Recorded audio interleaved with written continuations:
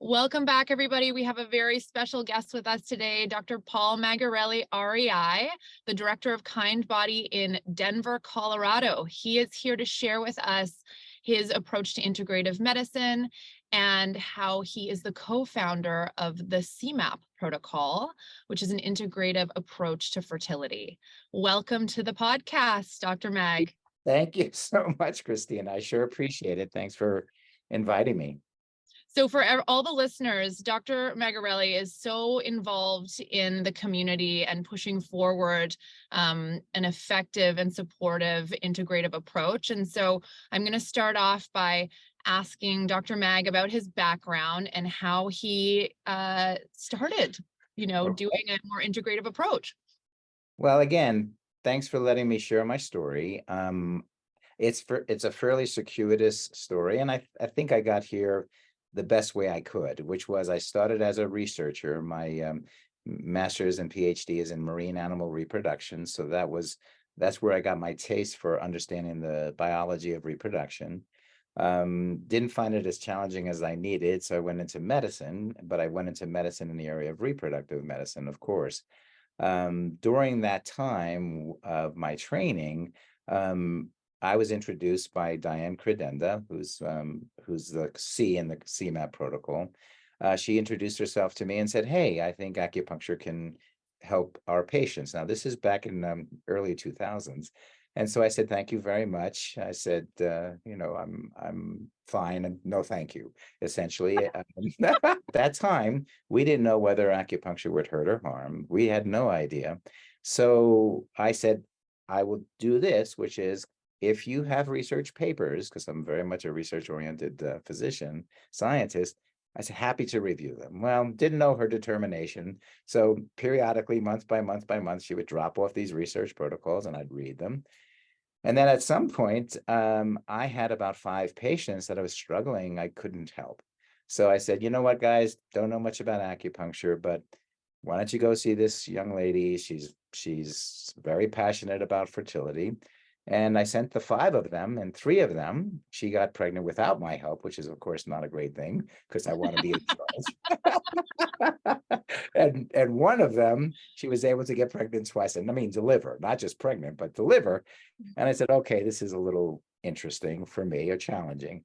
And I'm going to make the story really quick. We've now published over a dozen articles in peer-reviewed Western journals. We've traveled around the world giving lectures. We helped create the American Board of Oriental Reproductive Medicine. We now have a doctoral program at Yosan University and soon at Colorado's School of Traditional Chinese Medicine. And we continue, like yourself, continue to investigate its interaction.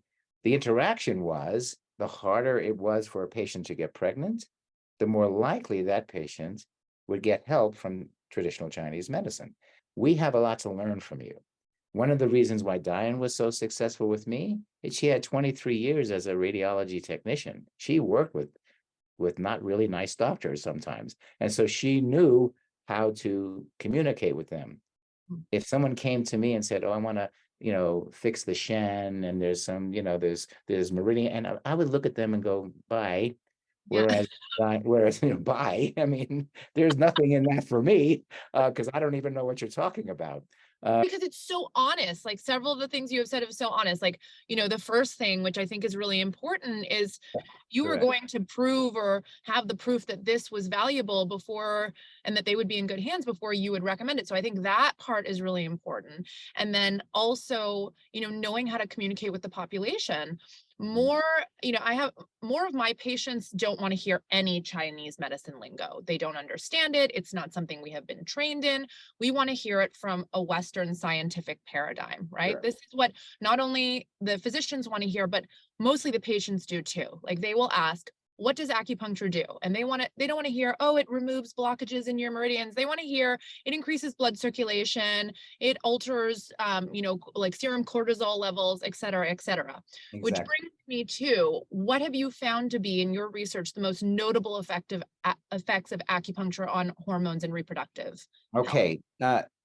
I found the exact opposite of which was the best way to do a study is, we all assume that, and the joke I have is, I could tell after 3 or 4 years who was getting acupuncture, even though I was blinded, because in the right-hand side of the waiting room are all the patients who don't get acupuncture going through IVF, and they're like this. Yeah. On the Like very left-hand side tense. of the Yeah. on the left-hand side of the room, those who are going for very routine acupuncture and getting that support, they were sitting in a meditative, in the yoga position, meditating in the waiting room, right? So everybody's assumption, right, would be acupuncture would lower stress hormones, cortisol, prolactin. So that's why we chose them.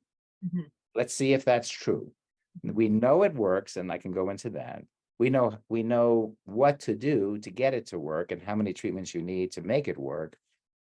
But is it helping the egg? Is it helping the uterus? Is it helping the female hormone systems? What is it helping? We need to know in Western medicine, not only that it helps, but we have to have a mechanism that's studyable and makes sense with all of our physiology.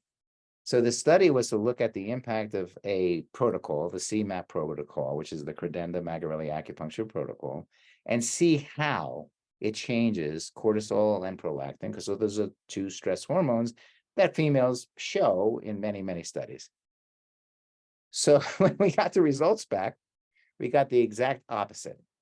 All those patients who didn't do acupuncture, their cortisol and prolactin were low. All those who did acupuncture, their cortisol and prolactin was markedly elevated. And so Interesting. I sent back to the statisticians. I said, "You've got this wrong. You must have made a mistake in your analysis." So they said, "No, I'm sorry, Dr. Magarelli, this is true." And I'm like, okay, this is not making any sense. And by the way, this is, Google was around, but it had not cataloged any scientific journals. So you had to actually go to libraries and borrow publications the old way. And it turns out, and I'm going to again make a long story short, is that in a fertile human cycle, let's talk about prolactin, there's a transient elevation in prolactin, meaning elevation goes up and then goes down in cycles where the woman gets pregnant. So if you looked at our data, the acupuncture didn't raise abnormally the prolactin, it corrected the medicine's side effect of lowering the prolactin. So Oh, it's like the brought them back. The IVF medication Yes, so abnormally lowered it. yes, so it brought them back into harmony, right? Then it took me forever to find a couple of papers about the impact of low cortisol levels versus normal or high cortisol levels on fertility at the level of the ovary and the follicle. Well, it turns out and that there have been studies looking at a derivative of cortisol in the fluid of the follicles associated with an IVF cycle, and those which had much higher levels of cortisol had better outcomes than those that had lower levels of cortisol. So again, acupuncture was bringing them back to harmony in a non-physiologic IVF treatment cycle. So that broke everything open because now we have a mechanism. Now we can see why it makes sense. We also can see why you need 9 treatments to really get this overall effect. And that was our protocol. We had Paulus, which was 2 treatments. We had Stenavectorin, which was a multiple treatments. But when we combined them and Dianne adjusted in her mind the best way to combine them, it was approximately 12 to 13 treatments prior to retrieval. Now, we did the research during fresh embryo transfers, so very different, right? We now do frozens, but the mechanism is the same. You want to get a high quality oocyte, you want to get a good uterine lining. So it turns out you needed a minimum of 9 treatments in this protocol to affect a 50% of the folks to get pregnant. It's a statistical way of looking at data. So that's how we brought a Western view of the physiology of an acupuncture protocol. That's amazing. And when you say 9, when are they starting these 9? Because I get this question a lot where, people want to start as soon as the injectables start. They don't necessarily want to start before. Maybe they only want to do the Paulus protocol, which is the 2 treatments on day of transfer. So from your research, when is the best time to start acupuncture and at what You have actually 3 questions in there, and I'm going to address each of them. The first thing is you need to understand the physiology of oocyte recruitment. Mhm. It takes 3 months for an egg in the ovary to be signaled to get out. Which is interesting. It takes 3 months for the sperm to be produced and get out. Interesting evolutionary connection there. So ideally, and this is my challenge to people who study this in your field. Ideally, you want to come up with a mechanism why that makes sense to start the acupuncture, 2 to 3 months before, so that you're enhancing the microenvironment of the oocyte. That's what you do, is you actually enhance the microenvironment of the oocyte. Again, we could be on this for hours, but let's assume that let's take that for a hypothesis. No, that's So literally what I tell patients. I'm like, we're changing the environment in which your eggs are growing. And mm, that is how I'm like, I'm not going directly to the mitochondria with CoQ10. We are changing the environment so that they have a healthy environment to grow in a healthy way, grow and develop in it's a a broth. You're creating a broth, a physiologic broth that feeds the oocyte. So if you could start 3 months before, great. Um, if you can start at the beginning of the treatment cycle, great. Um, Preferentially, you want to do it approximately 1 cycle to 2 cycles before, 1 or 2 treatments per week. I'm not one of those. I don't think the data supports doing 3 or 4 treatments per month, per week. I think 1 or 2 is fine. Like it makes sense to me physiologically that change is going to be over time rather than numerically how many treatments. Um, If you can't do that, any amount is better than none. We've never published this, but we have a straight line increase in pregnancy rates based on the number of treatments a patient had prior to her retrieval, even up to 30 treatments. So we've got from 1 treatment up to 30, and it's basically the more you get treated, the better the outcome is going to be. And that's probably based on 300 or 400 couples, patients. My preference is not to do the Paulus protocol in isolation, especially today. Maybe in the fresh transfer world, it made sense, but in frozen embryo transfers, it doesn't make as much sense to me because that's not enough time for that physiology to affect the oocyte or even the uterus. Now, does Paulus reduce the contractility of the uterus through a similar mechanism as progesterone and Valium? Kind of, sort of, yeah. But I'm if just going to interject for 1 second, Dr. Mag. For our listeners, the Paulus protocol is the acupuncture protocol that most people know in IVF, which is doing an acupuncture session before embryo transfer and after embryo transfer. it's not bad to only do that if that's all you can do. And my data does not support that it does as good as both. I just don't have any data, and I've looked at it where doing the pre and post only versus doing the whole CMAP protocol, which is the pre and post plus many more. That seems to have a much more significant impact on outcomes. But there's enough studies that show some impact. And, again, not poo-pooing, some is better than none. No, but if you Um, can do better, let's do better, right? I can't agree with you more. I'm very much and again, my philosophy is a healthy body is a fertile body. So this acupuncture, traditional Chinese medicine, has to be combined with nutraceuticals and lifestyle and sleep and keeping yourself hydrated. It has to be a concerted overall approach to health, and that's the benefit of creating with acupuncturists in a Western medicine practice. I don't have time, honestly, to do that kind of support and to do that kind of follow-up. It's just not our model. But the traditional Chinese medicine model is one in which all of the body, even all of the body in a family, all of the family in a tribe, all of the tribes in the country, and all of the countries in the universe. So there's this reciprocity of you do a lot of things to create a healthy environment. It just so happens, because IVF is very circumscribed, we can affect change very directly in a very short period of time. I agree. I wrote a book called The Ultimate Fertility Guidebook, and in it, it goes through nutrition, nutraceuticals, acupuncture protocols, mindfulness, the types of exercise to do and avoid. And the premise is exactly what you say. A healthy body is a fertile body. And fertility doctors who have read it, they said this seems to not only apply to fertility. This is like, Oh, sort of a lifestyle absolutely. for general health. And I said, yes, definitely, because that's where we've seen the improvement.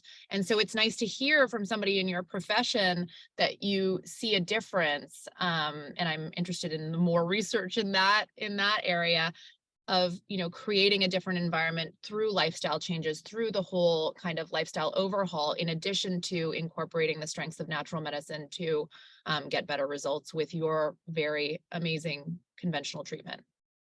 Thank you. Of all the discussion, it's what are the foods you're eating, right? It has to be recognized by now that the shift towards low fat and high carb eating has created obesity and all the sequelae of that. So low carb, moderate protein, moderate fat are the things that you should look at. And I think there's a big misunderstanding of the role of fat. Fat is fertile. Without fat, you're not fertile. And so, there is no data now that supports that saturated fats are destructive or anti-health. It's illusory that, if I eat meat, that's a bad thing. If I eat eggs, that's a bad thing. That data was fallacious. It's been disproven. It was fraud, but it's changed the world from 10% obesity to now 60 or 70%. That one principle where fats are bad and carbs are good. So from a fertility standpoint, and I'll give you the biochemistry quickly, is that when you eat carbohydrates, you elevate insulin. When you elevate insulin, you have insulin-like growth factors, and these will create disruptions in the intra-ovarian physiology, which in turn is going to negatively impact the egg. Simple, right? It also can change the hormone balance in a woman where you're maximizing androgens, which in turn is a negative to a reproductive cycle for a female, because you don't want to be a boy, you want to be a girl. And so if you have more androgens, that's a downside. It can create anovulation, elevations in insulin. So carbohydrates will jack up insulin dramatically, protein, not as much, and fats, almost none. So even from that standpoint, the high fat, moderate protein, low carbs makes sense. Now, what's a low carb? Probably for most of your patients, 100 grams of carbs a day or less. I like 50. That's a little bit hard to do, but if they can look at their little apps and see where their carb intake is, if it's 100 or less, you're doing fine. You're doing fine. Don't get stressed. Yeah, Anyway, and I think it's like the type of carbs, just like you said, like boxed or refined carbohydrates tend to spike insulin and our yeah, sugars more. And, I know there was research on higher insulin levels affecting the development of the placenta too, can be involved in miscarriage or recurrent miscarriage. So, I actually am a believer that a lot of cases of unexplained infertility are more insulin related. And so I'm often treating that through diet and through acupuncture. So Kindbody, yes. I'm so interested because you've said that you guys are really trying to forge a path of integrative approach. Tell us about what's Oh, happening yeah. at Kindbody. Yeah, this is I retired in July, by the way, just so you know. And then I retired from retirement in January. So I had enough of that. I got the t-shirt, said nope, I'm going back. And what attracted me to go back was the fact that three things in my life as a legacy I'm interested in. Number one is getting access to care, and that's by making more physicians able to do retrievals and transfers. That's called the Kind Institute. Second, lowering the cost of entry, meaning high quality, affordable fertility care, which has been my mantra forever. And third is what we call Kind Point, as an acupuncture point. This is where we take, and we have 32 clinics now in the country, shooting for 70 in 2025. We are working with industries. That's really our focus, is what we call enterprise. And part of that is to integrate traditional Chinese medicine practices within the body of Kindbody.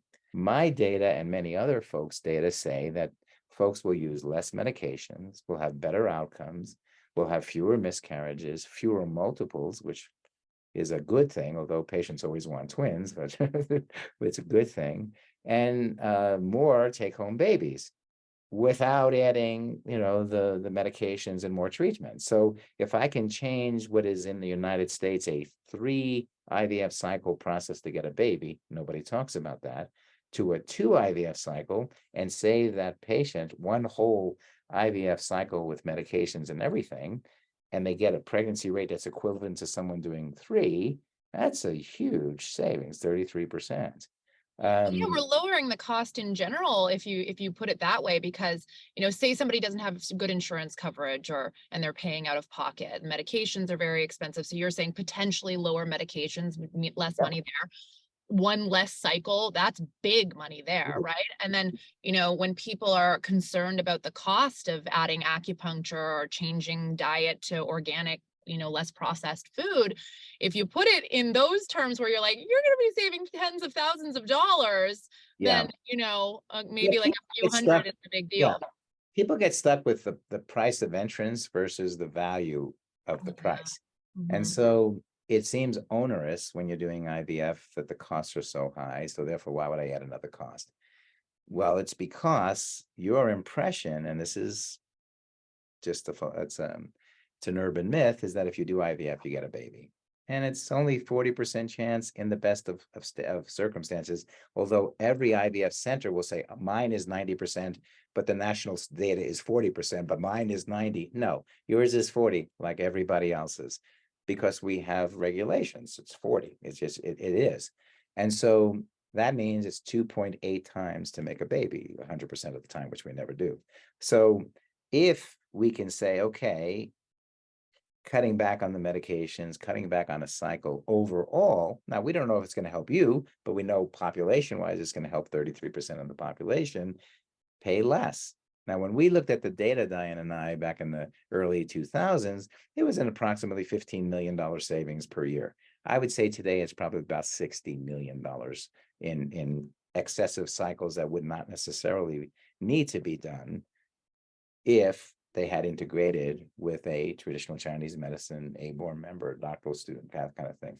The other thing that Kindbody is doing that made it attractive to me, and I, you alluded to this just a bit ago when we were talking privately, is they're always looking for ways to help. Like this summer, for example, they have this a summer freeze. I forget, it's kind of a cutesy thing, but they're reducing egg freezing by 25%. I mean, just they did that for National Infertility Awareness Week. They reduced the fees by 20% just because they understand that access to care is the critical issue, not our technology. If Well, you give and people, people like anybody who's sort of on the fence and is like, can I really spend that? And egg freezing isn't covered under a lot of insurance plans. So anybody that's sort of on the fence is like 25% off is a big nugget. And that's a is that in Kindbody nationally, or is that just yes, nope, we're spilling everything out now nationally. So you have to do it, by I think the first week in August, just commit to it by then. But what the hell, I'll take 25% off something I want, I mean, that's a big chunk. So I believe that we all need to reevaluate the cost structure for IVF because it doesn't apply to today. It applied to 25 years ago, but it's like a big screen TV when they first came out were $40,000 for a 40-inch screen. Now you get them a 78-inch free with opening up a checking account because the technology has made the cost of building it. Well, we're 100% technology. And by the way, that is the mantra of Kindbody, a technology approach to the fertility world, which gives access to care in a very female forward way. So you're saying the profit margin right now is just really very egregious and it could be adjusted. Which you said. You didn't say it. I want to be able to walk around. Oh my God, I love you more by the minute on this podcast. This is like the real inside scoop. Oh, this is pulling up the skirts of our fields. Yeah. Oh my gosh, pull them up. Dr. Mag, where can our listeners find you? You're just amazing. Oh, thank you. Well, the nice thing about Kindbody is there's a central number. I should know it, but I'll read it because I don't memorize it. It's 1-855 KND body. So, and under there, or you can go to the website, which is www.kindbody.com/book, BOOK, and you put your location, you find me, I'm in Colorado. But I'm also licensed, so you know, in California, New York, Illinois, soon Michigan, here. So I can see patients from those places easily as my patient, and then I can direct you to our local places for care. So call in, insist that the folks check and see what state you're from and that I'm licensed, because they'll sometimes go, oh, he's not licensed there, but I probably am. So So you're just like a little bit of an underachiever, Dr. Mag. just a little. So I see why you and Dianne ended up together, because you're both so determined to make the change. And what an amazing union.